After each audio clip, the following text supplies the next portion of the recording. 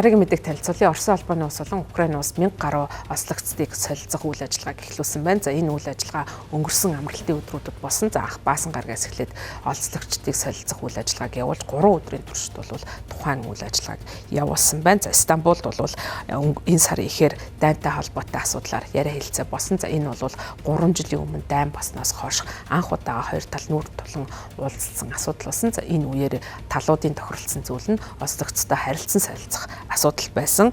За энэ одоо ням гарахын хувьд бол нийт сүүлийн 303 одоо ослогчдыг талууд биеиндээ хүргэж өгсөн байна. За Баасан гарагт эхэлсэн 3 өдрийн солилцоонд 3 жилийн өмнө дайн эхэлснээс хойш хамгийн том одоо ослогчд солилцсон хэрэг явдал болсон байна. За Украины ерөнхийлөгч Зеленский энэхүү одоо ослогчдыг солилцох үйл ажиллагаа дууссаны дараа ням гарагт X хуудасна тухайн үйл ажиллагааг баталж мэдэгдэхдээ Украины 303 хамгаалагч гэртээ байгаа гэж мэдэгдсэн байна. За энгийн иргэдийг оролцуулсан энэхүү ослогчдын солилцоо нь уулзтаас өмнө нь одоо Стамбулд болсон уулзтаас гарч ирсэн одоо хамгийн бодит үйл ажиллагааны нэг хэлбэр. За ийхүү одоо тухайн үйл ажиллагаа бодит талхамд бол хүрсэн байна. За хамгийн сүүлд одоо энэхүү ослогчдыг хүлээлгэн өгөхөөс хэдхэн цагийн өмнө Оросын холбооны улс Украинд бол нисгэгчгүй онгоц пуужингаар томоохон хэмжээний цохилт өгсөн байна. За Украины албаныхан үүнийг дайны үеийн хамгийн том агаарын товтлогоо гэж тодорхойлсон байна. За албаныхан мэдээснээр энэ цохилтонд хамгийн багадаа 12 хүн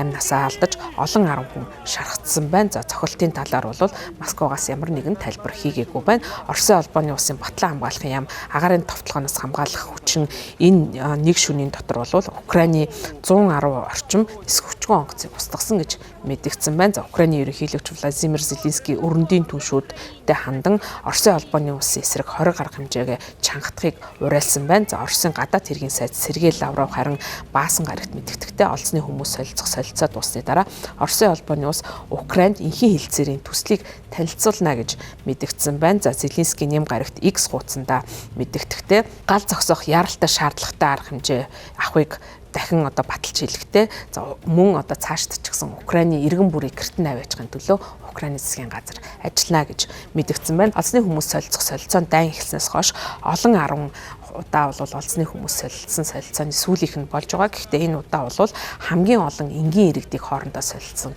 хэрэг явдал болж байна. За дайны үеэр бол хоёр тал хэдэн зуун мянган цэргийн амь насыг одоо бүрдлэгсэн ийм дайны үйл ажиллагаа болсноос гадна олон зуун хүн талууд бол бие биенээсээ олзсон ийм нөхцөл байдал үүсэж байгаа билээ.